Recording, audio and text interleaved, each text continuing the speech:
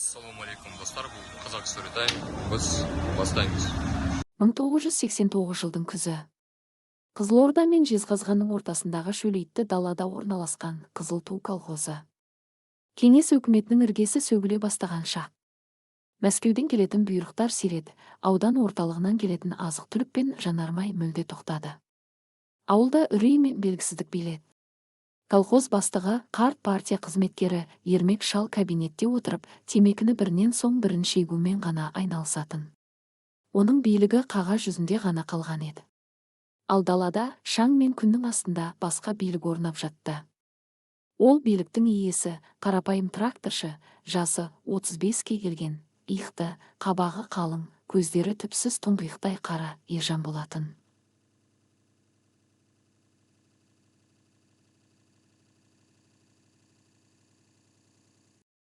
Ержан көп сөйлемейтін, тіске мығым жігіт. Оның астындағы ескі тіт 75 тракторы ауылдың жалғыз үміті еді. Себебі басқа техникалардың бәрі бөлшектеліп тоналып кеткен немесе жанармай жоқ қаңтарылып тұрған. Ержанның қолында екі нәрсе бар еді: техниканың тілін білетін алтын қол және аудандық мұнай базасындағы қоймашымен, өзінің армиядағы досымен. Ауылда жарық сөнсе де, нан жоқ болса да, Ержанның тракторы гүрілдеп жүретін. Бір көрініс, жетім қалған жесір. Оқиға ауылдың шетіндегі ескі үйде басталды. Бұл үйде Айнұр есімді 28 жастағы жас келіншек тұратын. Оның күйеуі өткен қыста боранда мал іздеп жүріп қайтыс болған. Айнұр 3 кішкентай баласымен, бір сиырмен және қысқа дайындығы жоқ бос қорамен қалды.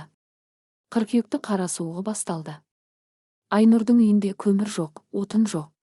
Сиырына беретін шөпте шабылмаған. Ол колхоз бастығына барды. Ермек аға, көмектесіңізші. Балаларым тоңып жатыр. Трактор беріңізші, сексеуіл тасып алайын деп жылады. Ермек шал дәрменсіз қол сілтеді. Қарағым, солярка жоқ. Тракторлар жүрмейді. Ержанға бар. Егер ол келсе, мен қарсы емеспін. Айнұр Ержанның гаражына келді. Ержан тракторының шынжыр табанын майлап жатыр екен. Үстінде май-май күртеше, аузында папирос. Ол Айнұрға бір қарады да жұмысын жалғастыра берді. Ержан аға, деді Айнұр даусы дірілдеп. Отын керек еді. Ақысын төлеймін. Кейін зейнетақы түскенде. Ержан кілтін тастап маңдайындағы терді сүртті. Ол Айнұрға жақындады. Оның бойы ұзын, денесі шойындай еді. Айнұр оның көлеңкесінде қалғандай болды. Зейнетақыңды үкімет береді. Ал үкімет жоқ қазір, деді Ержан қарлыққан дауыспен. Маған ақша керек емес, Айнұр, ақша қазір қағаз. Ендеше не істеймін? Балаларым өле ме? Ержан темекісін жерге тастап етігімен езді. Бүгін түнде мен қырға, сексеуілге шығамын. Кабина бос. Менімен бірге жүр. Жолда шай құйып бересің, әңгіме айтасың. Жалғыз іш пысат. Айнұр селгетті. Түнде қырға, жалғыз. Бұның артында не тұрғанын ауылдың кез келген әйелі түсінетін. Ержан аға, менің арым бар ғой. Ержан мырс етті. Арың пешке жағылмайды, қарындасым. Арың балаларыңды жылтпайды. Таңдау өзіңде. Не үйіңе қайтасың да суық пешті құшақтап жатасың. Не менімен барып қыс бойы жылы үйде отырасың. Айнұр жылап жіберді де бұрылып кете барды. Ержан оны тоқтатпады. Ол білетін, суық пен аштық ең қатыгез қожайын. Олар адамды қайтып әкеледі. Екі көрініс, жұмсақ билік. Арада 3 күн өтті. Айнұрдың үйіндегі соңғы отын бітті. Түнде балалары бүрсіп жөтеле бастады. 4-ші күні кешкісін Айнұр басына орамалын мықтап байлап Ержанның үйіне келді. Ержан оны күтіп отырғандай тракторын оталдырып қойған екен. Келдің бе? Деді ол ешқандай эмоциясыз. Міне Айнұр кабинаға мінді. Трактор гүрілдеп ауылдан ұзап шықты. Сол түні далада не болғанын ешкім білмейді. Бірақ таңертең Айнұрдың ауласына бір тіркеме прицеп сексеуіл түсірілді. Айнұр трактордан түскенде көзі ісіп кеткен, орамалы қисайған еді. Ол жерге қарамастан үйіне жүгіріп кіріп кетті. Ержан еш нәрсе болмағандай ауласында темекі шегіп тұрды. Көрші әйелдер сыбырласа бастады. Көрдіңдер ме? Айнұр Ержанмен келіпті. Байғұс-ай, амалы жоқ қой. Ержан да сұм екен. Пайдаланып қалды ау. Бірақ бұл тек бас ет. Келесі күні Ержан Айнұрға бір қап ұн және 5 литр сұйық май әкеліп берді. Бұл балаларға, деді ол қысқа ғана. Сен енді менің қамқорлығымдасың. Ешкім саған тиіспейді. Айнұр басын көтермеді. Бірақ ол бір нәрсені түсінді, ол енді аш емес. Бірақ ол енді еркін де емес. Ол Ержандікі. 3 көрініс, ерлердің намысы. Ержанның бұл ісі ауылдағы кейбір еркектердің намысына тиді. Әсіресе мектепте дене шынықтыру пәнінен беретін жас мұғалім Болат қатты ашуланды. Болат Айнұрдың қайтыс болған күйеуінің алыс інісі еді. Болат бір күні Ержанның алдынан шықты. Ержан, сен не істеп жүрсің? Жетім мен жесірді қорлауға ұялмайсың ба? Елдің сөзінен қорықпайсың ба? Ержан қолындағы кілтін шыр үйіріп Болатқа мысқылдай қарады. Мен оны қорладым ба? Мен оның үйін жылыттым. Нан бердім. Ал сен ше? Туыссың ғой, неге сен отын әкеп бермедің? Менің тракторым жоқ, міне. Ержан даусын көтерді. Сенде трактор жоқ. Сенде солярка жоқ. Сенде түк жоқ, тек құрғақ сөз бар. Қазіргі заманда кімнің қолында нан бар, сол дұрыс. Менің ісіме араласпа, бала. Әйтпесе мектебіне баратын жолдан адасып қаласың. Болат жұдырығын түйді, бірақ Ержанға шабуға дәті бармады. Себебі Ержанның артында аудандық бандиттер мен милиция бастықтары бар деген қауесет жүретін. Және Ержанның дене бітімі де кез келгенді жасқандыратын. Болат бұрылып кетті. Ержан жеңді. Бұл оның ауылдағы алғашқы ашық жеңісі еді. Ол көрсетті, бұл ауылда заңда, ұятта жоқ. Тек Ержанның ережесі бар. 4 көрініс, 2 құрбан. Қыс түсті. Ауыл толықтай қар құрсауында қалды. Колхоздың мал фермасында істейтін Сәуле есімді келіншек қиын жағдайға тап болды. Оның күйеуі Қанат, ішкіш, қолынан түк келмейтін бейшара адам еді. Ол үйіндегі соңғы қойды араққа айырбастап жіберген. Сәуле жүкті болатын. Босанатын уақыты жақындап қалған. Боранды күні түнде Сәуленің толғағы басталды. Ауылда фельдшерлік пункт жабық. Аудан орталығына дейін 40 шақырым. Жолды қар басып қалған. Жеңіл машина түгілі УАЗ-дың өзі жүре алмайды. Қанат күйеуі мас ештеңе істей алмайды. Сәуленің енесі жылап Ержанның үйіне жүгірді. Ержан, айналайын. Келінім өлейін деп жатыр. Трактормен жол ашып берші, немесе ауданға жеткізіп тасташы. Құдай үшін. Ержан дастархан басында ет жеп отырған. Қасында Айнұр отырған. Иә, Айнұр енді Ержанның үйіне келіп, оған тамақ жасап, кірін жуып беретін болған. Ержан тісін шұқып кемпірге қарады. Жол жаман. Трактордың майы көп кетеді. Ал май қымбат. Балам, ау, адам өмірі ғой. Қанатта түк жоқ екенін білесің. Ержан сәл ойланды. Жарайды, апарамын, бірақ менің шартым бар. Не сұрасаң да берейін. Маған Қанат керек емес. Сендердің малдарың да керек емес. Маған. Сәуле босанған соң, жазылғаннан кейін менің қора жайымды реттеуге көмектеседі. Күнде келіп сиыр сауады, нан жабады.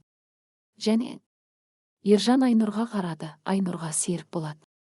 Кемпір түсінбеді, немесе түсінгісі келмеді. Оған керегі келіні мен немересінің амандығы. Жарайды, балам, жарайды. Тек тезірек. Ержан тұрды. Ол Айнұрға бұйырды, менің қалың күртемді әкел. Және жолға термосқа шай құй. Айнұр үнсіз орындады. Ол Сәуленің тағдыры не болатынын іштей сезді. Бұл көмек емес, бұл кезекті қақпан еді. 5 көрініс, жұмбақ империяның іргетасы. Ержан Сәулені перзентханаға аман есен жеткізді. Бала тірі туылды. Бірақ бұл оқиғадан кейін Ержан ауылдың құтқарушысы атағын алды. Ермек шал, колхоз бастығы, жиналыста, міне нағыз азамат.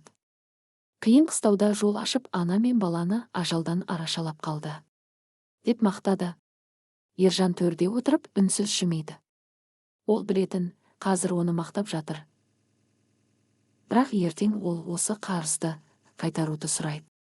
Көктем шыға сәуле уәде бойынша Ержанның үйіне жұмысқа келді. Енді Ержанның ауласында 2 келіншек жүретін болды. Айнұр және Сәуле. Қанат Сәуленің күйеуі басында намыстанып Ержанға барды. «Менің қатыным сенің күң емес», деп айқайлады. Ержан оны аулаға шығарды да бір шелек солярканы көрсетті. «Қанат, сенің үйінде ішетін шайың жоқ. Қарызың басыңнан асады. Егер қазір шу шығарсаң, мен мына солярканы сенің үйіңе төгемін де өртеп жіберемін. Кейін байқаусызда өртенді деймін. Милиция маған сенеді, саған емес. Не істейсің?» Қанат үндемеді. Ол қорқақ еді. Ол басын салбыратып қайтып кетті. Сол күннен бастап Қанат әйелінің Ержанның үйінде жұмыс істеуіне көз жұмды. Оның орнына Ержан оған айына 2 шөлмек арақ беріп тұрды. Осылайша қарапайым тракторшы Ержанның колхоздық гаремі құрыла бастады. Әзірге 2. Бірақ ауылда қорғанышсыз, күйеуі нашар немесе жоқ әйелдер әлі көп еді. Ал Ержан болса кешкісін шай ішіп отырып ауылдың картасын сызды. Оның көзі енді ауылдың ең сұлу қызы мектепті жаңа бітірген. Қалаға оқуға түсе алмай қалған Жібекке түскен еді. Бұл жолы ол басқа әдісті қолданбақшы. Қорқыту емес, алдау. Қыс өтіп 1990 жылдың көктемі келді. Қызыл ту колхозы енді картада бар болғанымен шын мәнінде жоққа айналған еді. Жалақы төленбегелі 6 ай болды. Дүкен сөрелері бос. Адамдар қолдарындағы барын, жүнін, терісін, майын қаладан келетін алып сатарларға тиын-тебенге сатып күн көріп жатты. Бұл хаостың ортасында тек Ержанның ғана мұржасы түзу түтіндеп тұрды. Оның ауласы кеңейді. Қорасы малға толды. Және ең бастысы, оның үйінде қазір 2 әйел, Айнұр мен Сәуле, көмекші ретінде тұрақты жүретін болды. Ауыл адамдары бұған көзі үйреніп кетті. Ержанның қатындары деп сыртынан күңкілдегенмен бетіне келіп ешкім ештеңе айта алмады. Себебі көктемгі егіс жұмыстары жақындап қалды, ал трактор тек Ержанда бар. Бір көрініс, арман қанатының қырқылуы. Ауылдың шетінде тұратын Жібек биыл мектепті бітірді. Ол ауылдың мақтанышы еді. Ұзын бойлы, қарақат көзді, шашы беліне түсетін сұлу қыз.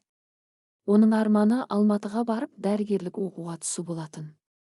Жібектің әкесі Төрехан, бұрынғы шопан, қазір денсаулығы сыр беріп үйде жатқан мүгедек жан еді. Шешесі Күләш мектепте еден жуушы болып істейтін. Жібек қалаға кетуге дайындалып жүрді. Бірақ жолға ақша керек, құжаттарды өткізу керек. Бір күні кешкісін олардың үйіне Ержан келді. Ол төрге шығып, қымбат арақты қаладан алдырған дастарханға қойды. Төрехан аға, қызым мектеп бітіріпті, құтты болсын, деді ол майлы жымиып. Естуімше оқуға барады екен. Иә, Ержан жан, ниеті бар ғой. Бірақ қалтаның жұқалығы қолбайлау болып тұр, деді Төрехан күрсініп. Ержан Жібекке бір қарады. Қыз шай құйып отырып, оның сұқтана қараған көзінен жиіркеніп төмен қарады. Мен көмектесемін, деді Ержан кесіп айтып. Ертең мен аудан орталығына барамын. Жібекті ала кетейін. Вокзалға шығарып саламын. Жол кіресін, алғашқы айдағы жатақхана ақшасын өзім көтеремін. Күләш ана қуанып кетті. Ой, айналайын Ержан. Құдай жарылқасын сені. Біз сияқты бейшараларға қарасып жатқаныңа рахмет. Жібектің жүрегі дір етті. Ол Ержан туралы қауесеттерді білетін. Айнұр мен Сәуле жайлы естіген. Әке, мен өзім ақ автобуспен барармын, деді ол ақырын. Автобус жүрмейді қазір, деп Ержан даусын көтерді. Жолда бұзылып қалады. Қарақшылар толып жүр. Менімен қауіпсіз. Ертең таңғы 6-да дайын бол. 2 көрініс, даладағы спектакль. Таңертең Жібек ең әдемі көйлегін киіп, кішкентай чемоданын ұстап шықты. Ержан оны өзінің жеке УАЗ машинасына жақында сатып алған, отырғызды. Ауылдан ұзап шыққан соң Ержан жолдың ортасына тоқтады. Не болды? Деп сұрады Жібек қорқып. Мотор қызып кетті. Су құю керек деді Ержан өтірік ақтап. Ол машинадан түсті де есікті ашып жібектің жанына отырды. Дала жым-жырт. Ешкім жоқ. Ержан қалтасынан бір бума ақша шығарды. Жібек, деді ол қыздың тізесіне қолын қойып. Алматы алыс. Ол жақта сені ешкім күтіп тұрған жоқ. Оқуға түсу үшін пара керек. Менде сол пара беретін таныстар бар. Рахмет, аға. Мен тек оқысам болды. Аға деме, Ержанның даусы өзгеріп кетті. Мен саған аға емеспін. Мен саған тірекпін. Сен ауылда қал. Маған үшінші әйел керек. Жібек шошып кетті. Не деп тұрсыз? Сіздің әйеліңіз бар ғой. Айнұр мен Сәулеше. Олар әйел емес, олар қызметшілер. Маған ханшайым керек. Сен сияқты таза, оқыған қыз. Егер келіссең, әке-шешең май ішінде бүйректей өмір сүреді. Егер келіспесең, Ержан жібектің шашынан иіскеді. Егер келіспесең, мен қазір сені осы далада зорлаймын да ауылға апарып тастаймын. Сосын, жібек менімен болды деп бүкіл ауылға жаямын. Сонда сені ешкім алмайды. Оқуға да қабылдамайды. Әкеңнің жүрегі ұстап өледі. Таңда жібек жылап жіберді. Ол қақпанға түскенін түсінді. Ержанның қолы ұзын, аузы дуалы. Ол айтқанын істейді. Мені қорламаңызшы, мен сені қорламаймын. Мен сені ханшайым етемін дедім ғой. Ержан машинаны кері бұрды. Олар Алматыға емес, Ержанның үйіне қарай жүрді. Ауылға кіре бергенде Ержан жібектің көз жасын сүрткізді. Күл, деп бұйырды ол. Жұртқа мен Ержанға тұрмысқа шығуға келістім деп айтасың. Әйтпесе үйіңді өртеп жіберемін. Үш көрініс, жалған тойы. Ержан жібекті тура өзінің үйіне алып келді. Аулада Айнұр мен Сәуле кір жуып жүрген. Олар машинадан түскен. Көзі жасқа толған, бірақ зорға жымиып тұрған жібекті көрді. Айнұрдың іші қызғаныштан өртеніп кетті. Сәуле болса аяушылықпен қарады. Олар бұл көзқарасты жақсы танитын. Ержан даурығып сөйледі, қарсы алыңдар. Бұл жібек. Бүгіннен бастап осы үйдің иесі. Сендер оған қызмет етесіңдер. Сосын ол Төрехан мен Күләшті шақыртты. Қыздарыңыз қалаға барудан айныды. Ол маған жар болуға келісті. Мен сіздерге қалың мал ретінде бір бұқа және бір тонна көмір беремін. Күләш еңіреп жылады. Төрехан ашудан қалтырады, бірақ дәрменсіз еді. Қарсы шықса, Ержан расымен де оларды жоқ қылады. Және қыздарының абыройы төгілген, бір күн Ержанмен бірге болды деп ойлады бәрі. Бүлінген қыздан бүтін келін артық деген ескі, қатыгез түсінік оларды үнсіз қалдырды. Сол түні Ержанның үйінде кішігірім той болды. Арақ судай ақты. Болат мұғалім, Айнұрдың қайынысы, тойға келіп дау шығарғысы келді. Бұл зорлық, бұл қылмыс, деп айқайлады ол дарбаз алдында. Бірақ Ержанның жалдамалы жігіттері, ауылдың жұмыссыз, ішкі жастары Болатты ұрып соғып, сайға тастап кетті. Жібек сол түні Ержанның заңды олжасына айналды. 4 көрініс, ескі биліктің құлауы. Ержан гаремін толықтырған соң, енді ресми билікті қолға алуды ойлады. Колхоз бастығы Ермек шал оған кедергі болып жүрген. Ермек әлі де ауданға хат жазып, жанармай сұрап, тәртіп орнатуға тырысатын. Егіс науқаны басталды.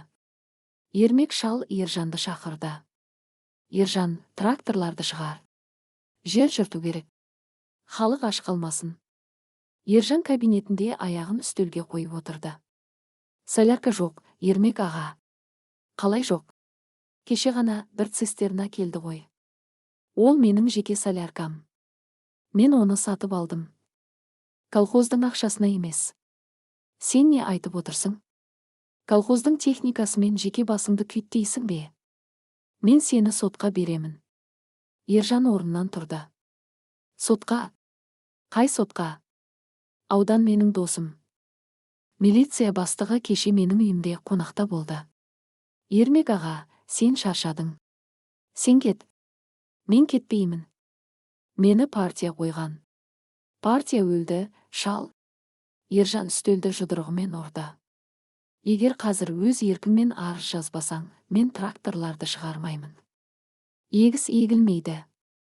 Халық аштан қырылады.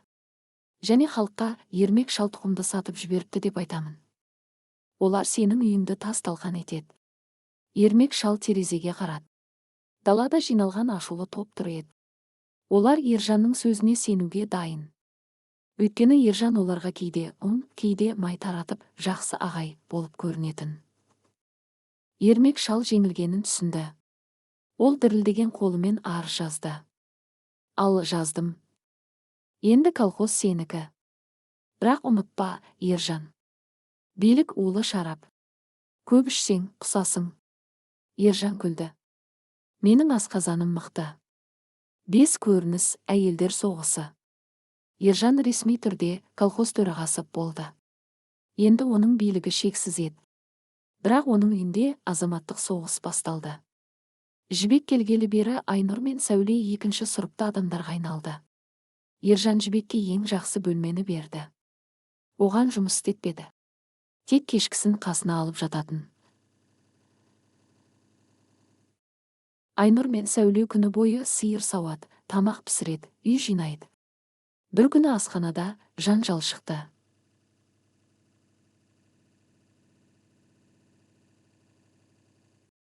Айнұр Жібектің алдына қойған шайды төгіп жіберді.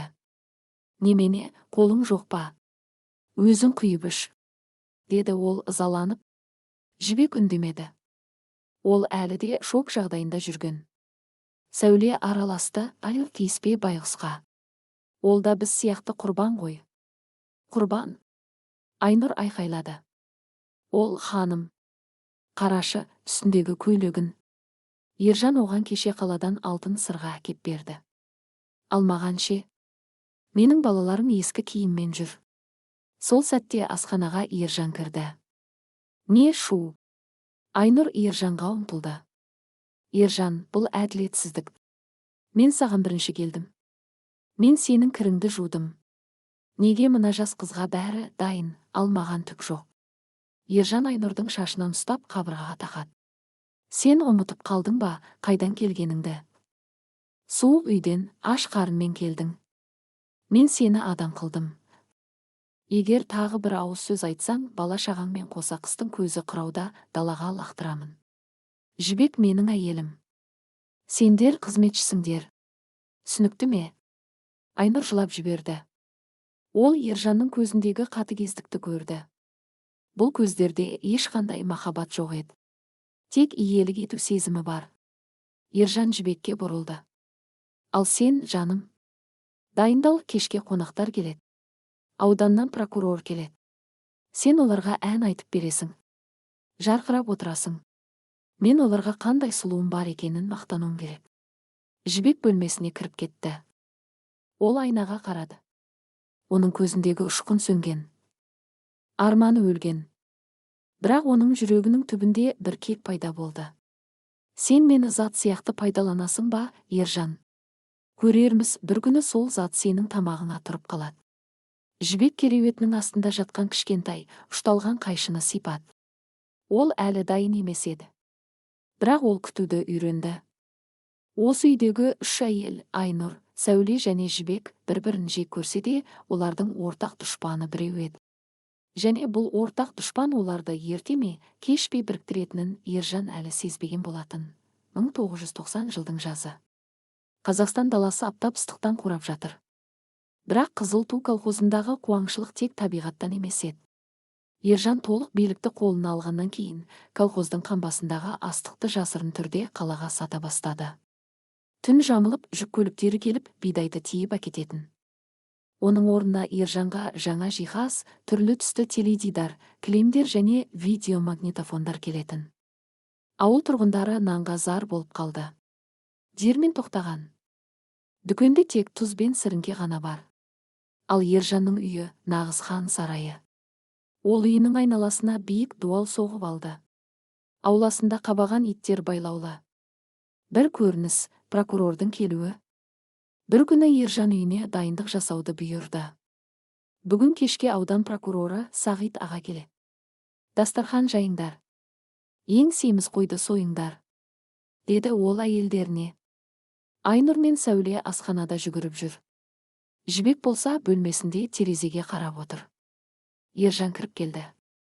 Жібек, неғып отырсың? Кейін анау қызыл көйлегіңді ки. Сағит аға өнерді бағалайтын кісі. Домбыра тартып бересің. Мен сайқымазақ емеспін, деді Жібек тістеніп. Ержан оның иегінен қысып ұстады. Сен менің әйелімсің. Ал әйел күйеуінің абыройын асқақтатуы керек. Егер Сағит аға риза болмаса, менің бизнесіме кедергі болады. Егер ол маған тиіссе, мен бірінші сенің әке-шешеңді қан қақсатамын. Түсіндің бе? Кешкісін қонақтар келді. Прокурор Сағит қарны шыққан, беті қып-қызыл, елулердегі адам. Жанында милиция бастығы да бар. Олар төрге шығып, Ержанның құйған коньягын ішіп, қарқ-қарқ күлісті. Ержан, сен даланың қасқырсың ғой, деді Сағит майлы қолымен етті асап жатып. Колхоз құласа да сен құламайсың. Сіздер барда біз құламаймыз ғой, аға, деді Ержан жағымпаздана. Сөз арасында Сағит Жібекке қарай берді. Жібек дастархан шетінде шай құйып отырған. Ержан, мынау сенің жас тоқалың ба? Пай-пай, нағыз перизат қой, деді прокурор тамсанып. Домбыра шертеме?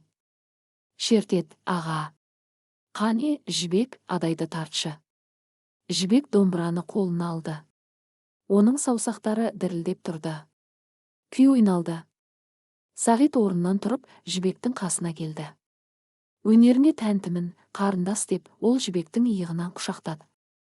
Қолы Жібектің беліне сырғыды. Жібек жиіркеніп ығысып кетті. Ержан мұны көрді. Оның ішін қызғаныш өртеді, бірақ ол үндемеді. Себебі Сағит оның кіршасы. Егер Сағитпен ұрысса, Ержанның астық ұрлығы ашылады, түрмеге кетеді. Ержан өз әйелінің намысын прокурордың көңіліне айырбастады. Аға, қысылмаңыз, өз үйіңіз ғой, деді Ержан зорға күліп. Жібек домбырасын тастай салып бөлмесіне жүгіріп кетті. Сағит мас дауыспен күлді. Мінезі бар екен. Маған ұнайды. Ержан, келесі жолы монша дайындап қой, мүмкін сөйлесерміз. Бұл сөз Жібектің бөлмесіне де естілді. Ол есігін іштен кілттеп, жастықты құшақтап үнсіз айқайлады. Ол түсінді, Ержан оны қорғамайды. Ержан оны керек кезінде сатып жібереді.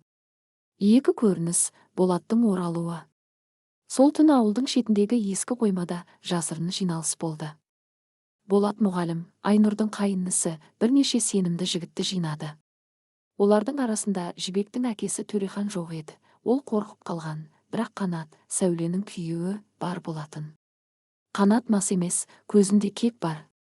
Жігіттер, деді Болат, бұлай жалғаса берсе, Ержан бәрімізді құл қылады. Ол астықты сатып бітірді. Қыста аштан өлеміз. Не істейміз? Оның қаруы бар, милициясы бар, деді біреу. Біз оны заңмен жеңе алмаймыз. Біз оны айламен алуымыз керек, деді Болат. Мен қалаға барып келдім. Журналистермен сөйлестім. Оларға дәлел керек. Қандай дәлел? Ержанның астықты түнде сатып жатқанын видеоға түсіру керек, немесе суретке алу керек.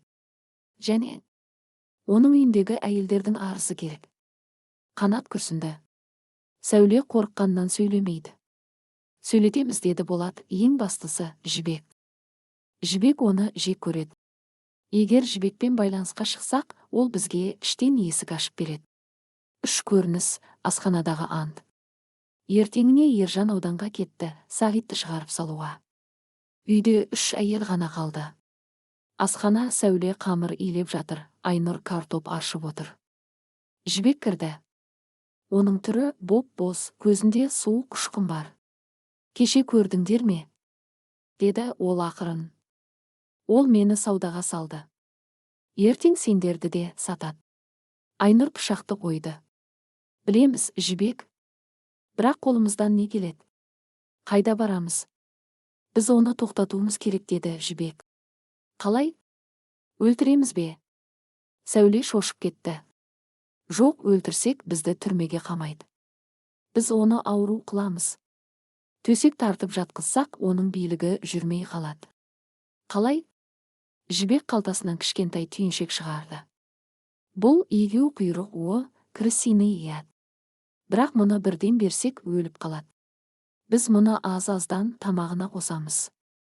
Оның іші ауырады, әлсірейді, басы айналады. Ол ойлайды ауырдым деп. Дәрігерлер таба алмайды.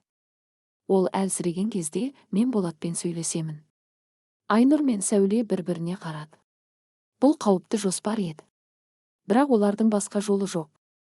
Айнұр Ержаннан әбден мезі болған, Сәуле баласының болашағын ойлайтын. Мен қорқамын деді Сәуле, қорықпа деді Айнұр кенеттен. Ол Жібекке қарады. Мен келісемін. Ол менің намысымды таптады. Мен оның ит сияқты қыңсылап жатқанын көргім келеді. Жібек түйіншекті үстелге қойды. Ендеше бүгіннен бастаймыз. Шайына қосамыз. Үш әйел кешегі күндестер, бүгінгі сыбайластар қол алысты. Бұл Ержан империясының іргесіне қағылған алғашқы сына еді. 4 көрініс, алғашқы белгілер. Кешкі ас. Ержан көңілді келді.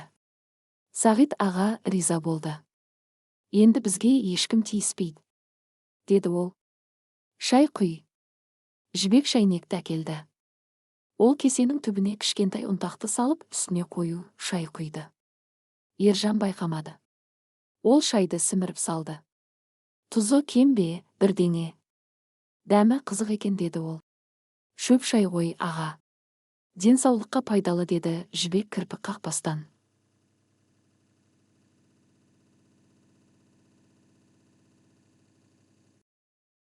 Жарайды.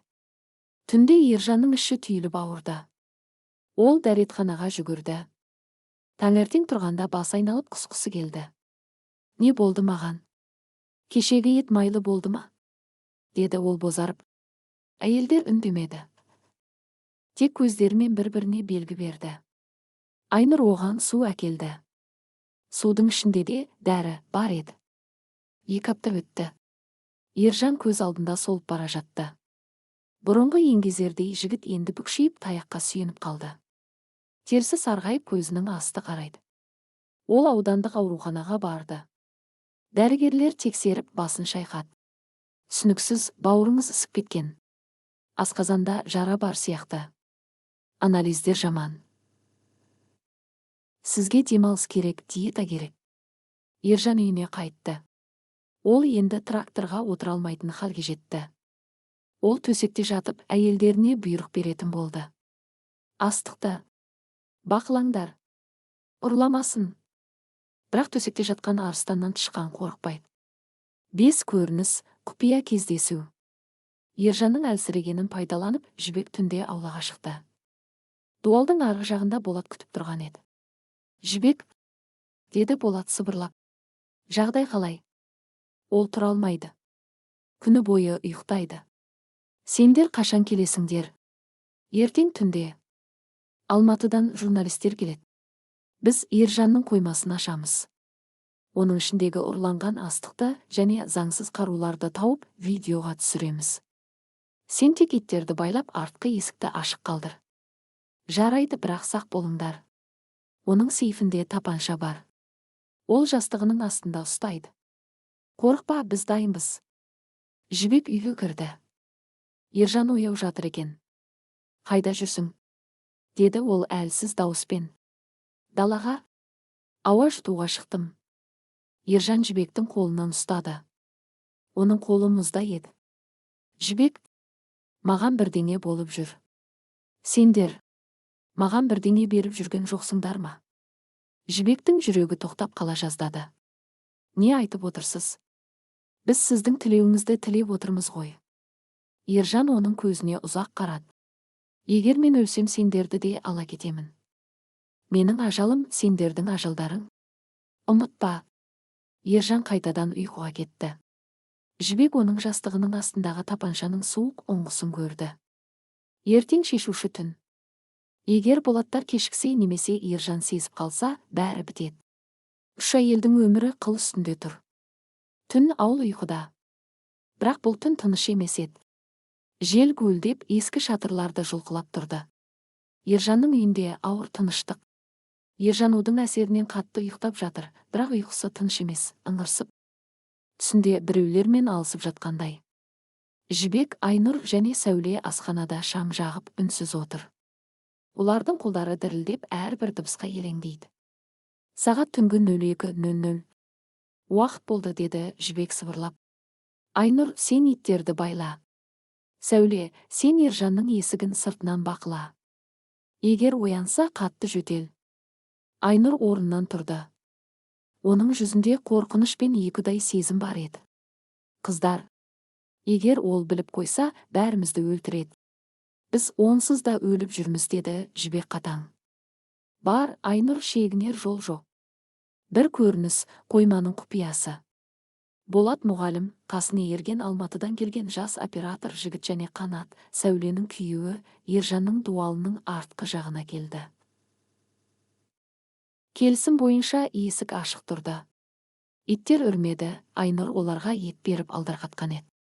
Үшеуі аулаға кірді. Олар Ержанның үйін емес, үлкен темір қоймаға қарай жүрді. Қойманың құлпын Қанат темір кескішпен қырқып ашты.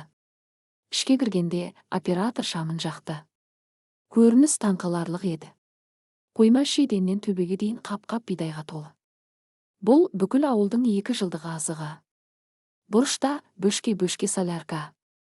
Ал ең түкпірде брезенттің астында жәшіктер тұрды. Болат біреуін ашып қалды. Ішінде Калашников, автоматтары және оқ-дәрілер. Ержан мұны тарап кеткен әскери бөлімшеден арзанға сатып алған еді. Түсір. Бәрін түсір, деді Болат сыбырлап. Бұл оның ауылда асыраушы емес, Қарақшекеннің дәлелі. Оператор камерасын қосып түсіре бастады. Қанат болса ашудан тісін қайрап, менің балам аштан жылағанда бұл ит осының үстінде отырған екен ғой, деп бір қапты жыртып жіберді. Алтын дән еденге төгілді. Екі көрініс, жаралы аңның оянуы. Үй ішінде Ержан шөлдеп оянды. Оның іші өртеніп барады. Су?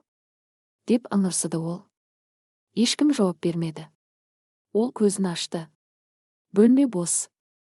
Жібек жоқ. Ержанның инстинкті іске қосылды.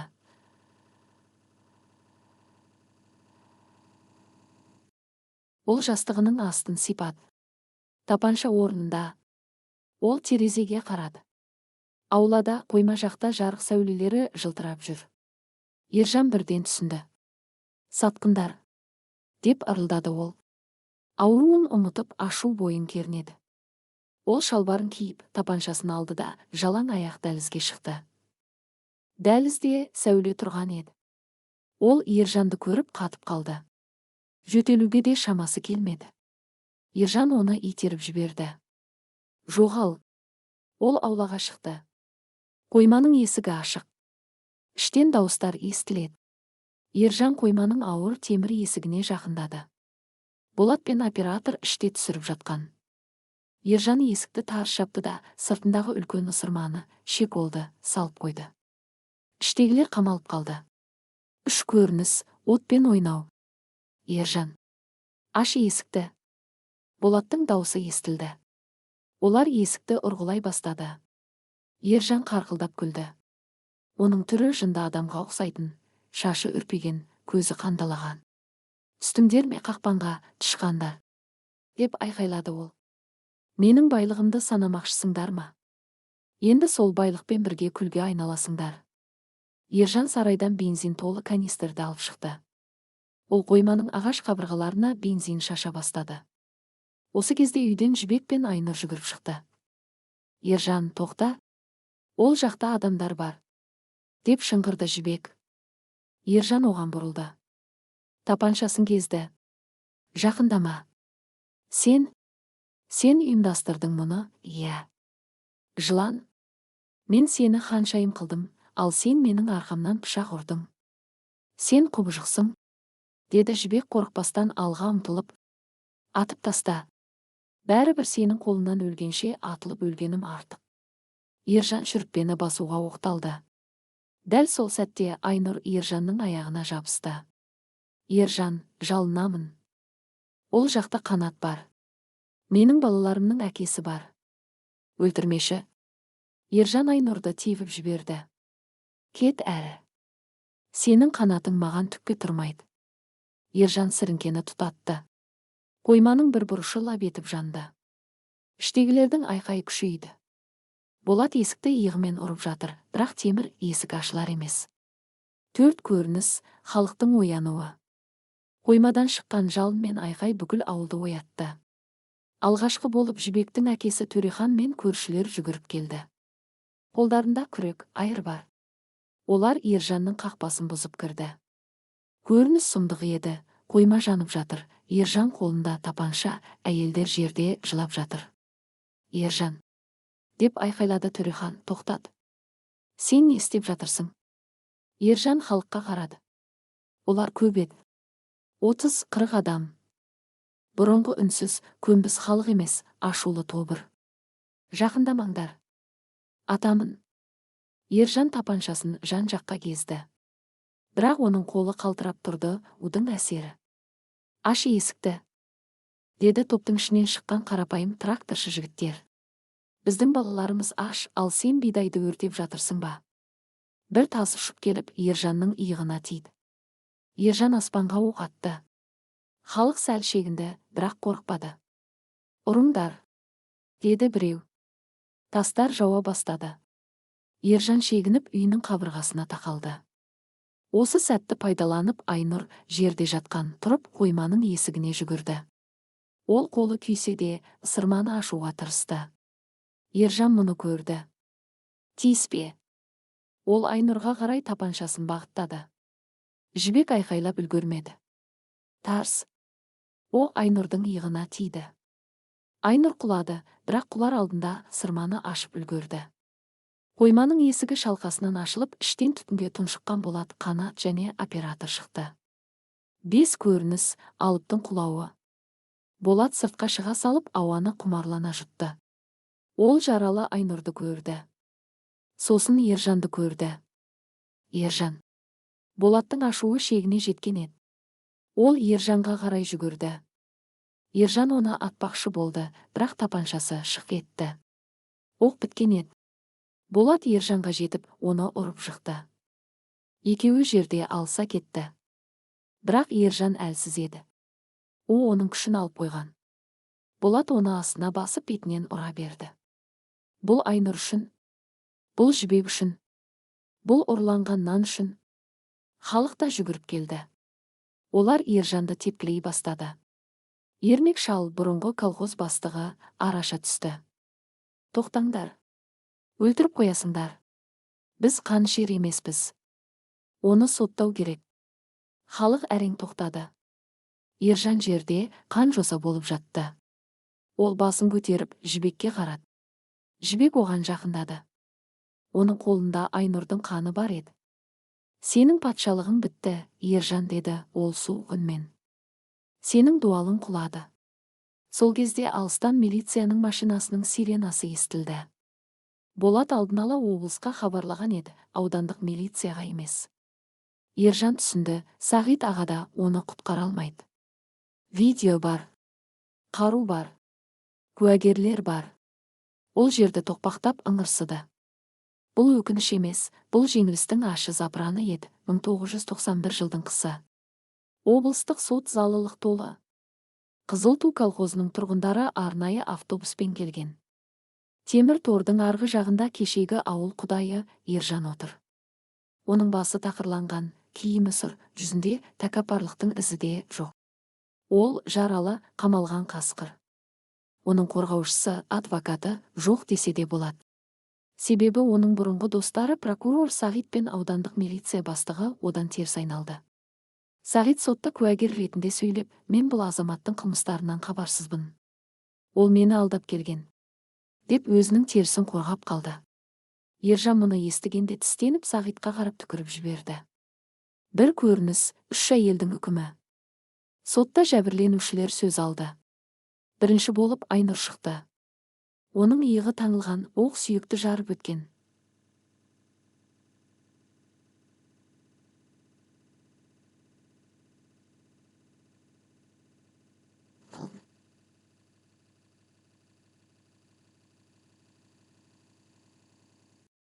Ол менің жоқшылығымды пайдаланды. Мені күң етті. Балаларымның аузынан жырып нанды өзі жейді, деді Айнұр жыламсырап. Кейін Сәуле шықты. Ол менің күйеуімді араққа тойғызып, өзімді қорқытып ұстады. Біз оның тұтқыны болдық. Ең соңында Жібек шықты. Ол басын тік ұстады. Ержан менің арманымды ұрлады. Ол менің әке-шешемді қорқытып, мені зорлықпен әйел қылды. Ол адам емес. Ол колхоздың қанын сорған сүлік. Ержан Жібекке қарады. Жібек, деді ол ақырын. Мен сені сүйдім ғой. Жібек оған суық көзбен қарады. Сен тек өзіңді сүйдің, Ержан, сенің махаббатың түрме. Сот үкімі оқылды, мүлкі тәркіленіп 15 жылға бас бостандығынан айырылсын. Ержанды қолына кісен салып алып бара жатқанда, ауыл адамдары үнсіз тұрды. Ешкім айқайламады, ешкім жыламады. Тек жеңілдеген күрсінісі естілді. Ауыл үстінен қара бұлт кеткендей болды. Екі көрініс, ескі жұрттағы жаңа өмір. Ержан кеткен соң ауылда өмір өзгерді. Ержанның қоймасына шыққан астық пен жанармай халыққа теңдей бөлініп берілді. Бұл ауылдың қыстан аман шығуына көмектесті. Айнұр жарақаты жазылған соң өзінің ескі үйіне қайтты. Ол колхоз тарап, жеке шаруашылықтар құрылғанда өзіне тиесілі жерді алды. Ол еңбекқор әйел еді, мал жинады, балаларын оқытты. Ержанның үйінде өткен күндерді ұмытуға тырысты. Сәуле мен Қанат қалаға көшіп кетті. Қанат сол оқиғадан кейін қатты шошынып арақты қойды. Олар базарда сауда жасап бастарын қайта көтерді. Ал Жібек Алматыға кетті.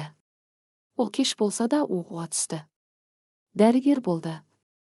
Ол тұрмысқа шықпады, өмірін медицинаға арнады. Оның жүрегіндегі жара тым терең еді. Ержанның хан сарайы иесіз қалды. Халық ол үйді тас-талқан етіп бұзды. Біреуі кірпішін, біреуі шиферін алды. Ақыры ол жерде тек үйінді мен арамшөп қалды. Үш көрініс, 15 жылдан кейін, 2006 жыл. Уақыт зымырап өтті. Қазақстан тәуелсіздік алып, экономикасы көтерілді. Ауылға газ келді, жарық жанды, мектеп жөнделді. Бұрынғы Қызыл Ту енді Береке ауылы деп аталатын болды. Күздің суық күні. Ауылға ауданнан келетін ескі автобус тоқтады. Автобустан үсті басы жұпыны, шашы аппақ қудай болған, тісі жоқ, бүкшіген шал түсті. Бұл Ержан еді. Ол 50 жаста ғана болса да, 70 тегі қартқа ұқсайтын. Түрме оның денсаулығын да, рухын да сындырған. Туберкулезбен ауырған, бір көзі көрмей қалған. Ол ауыл көшесімен келе жатты. Ешкім оны танымады. Жастар жанынан өтіп кете берді. Ол өзінің ескі үйі тұрған жерге келді. Ол жерде ештеңе жоқ еді. Тек қоқыс төгетін орынға айналыпты. Ержан үйіндінің үстіне отырып темекі тұтатуға тырысты. Қолы қалтырап, сіріңке жағылмады. 4 көрініс, кездесу. Сол кезде көшеден жаңа джип машина өтті. Машина тоқтап, ішінен сәнді киінген, орта жастағы әйел түсті. Бұл қаладан әке-шешесінің зиратына Құран оқытуға келген Жібек еді. Жібек қоқыс басында отырған қайыршы шалды көрді. Ол жақындады. Ассалаумағалейкум, ата. Сізге көмек керек пе? Деп сұрады Жібек. Ержан басын көтерді. Ол Жібекті бірден таныды. Сол баяғы сұлулық, бірақ көзінде енді қорқыныш емес, сенімділік бар. Жібек, деді Ержан қарлыққан дауыспен. Жібек селк етті. Ол шалдың көзіне үңілді. Түпсіз қара тұңғиық көздер, Ержан. Деді ол таңғалып. Сен бе? Менмін. Оралдым, хан сарайыма оралдым. Ержан қоқысты нұсқап, ашы күлкімен күлді. Жібек оған жиіркенішпен емес, мүсіркеумен қарады. Сенің сарайың құлаған, Ержан, ертегі біткен. Мені кешір, Жібек. Мен қателеспін. Мен қазір түсіндім. Байлықта, билікте түк емес екен. Жібек әмияннан ақша шығарды. Кешірім сұрауға тым кеш, Ержан, мен сені кешіргенмін. Өйткені мен сені ұмытқанмын. Сен менің өмірімдегі жай ғана жаман түс болдың. Мен ояндым. Ал сен сол түсте қалып қойыпсың. Жібек ақшаны Ержанның алдына қойды. Мә, тамақ ал. Бұл саған менің қайыр садақам болсын. Жібек бұрылып машинасына мінді. Джип шаңдатып жүріп кетті. Ержан шаңның арасында қалды. Бес көрініс, соңғы аялдама. Ержан ақшаға тиіспеді. Жел ақшаны ұшырып әкетті. Ол орнынан тұрып, ауылдың шетіндегі ескі техника қорымына, моласына барды. Ол жерде тот басып шөпке батып қалған ТТ-75 тракторы тұр еді. Бұл оның баяғы тракторы. Оның билігінің бастауы болған темір тұлпары. Ержан трактордың шынжыр табанын сипады. Темір мұзда еді. Ол кабинаға мінді. Орындық жыртылған, терезелері сынған. Ержан рульді ұстап көзін жұмды. Есіне баяғы күндер түсті. Айнұрдың жылағаны, сәуленің жалынғаны, жібектің ән салғаны. Прокурорлардың тос көтергені мен құдай емес едім деп сыбырлады ол. Мен жай ғана тракторшы екенмін. Таңертең мал іздеп жүрген шопандар трактордың ішінде өліп жатқан шалды тапты. Ержанның жүрегі тоқтаған еді. Оны ауыл зиратының шетіне, қоршаудың сыртына көмді. Басына ешкім ескерткіш қоймады, тек бір тас қойды. Уақыт өте келе сол таста жерге сіңіп кетті. Эпилог дала заңы. Қазір ол ауылда Ержан туралы ешкім айтпайды. Тек үлкендер кейде жастарға ақыл айтқанда, балам билікке мысынба. Кезінде осы жерде бір тракторшы болған, өзін құдай санаған. Ақыры темір молада ит құсқа жем болды. Дала тәкаппарлықты кешірмейді дейді. Ауыл өмірі өз жалғасын тапты. Егіс егілді, мал өріске шықты. Тек көктемде Ержанның бұзылған үйінің орнында қып-қызыл қызғалдақтар емес, тікенді арамшөптер қаулап өседі. Бұл табиғаттың өзі қалдырған белгісіндей еді. Хикаяның соңы.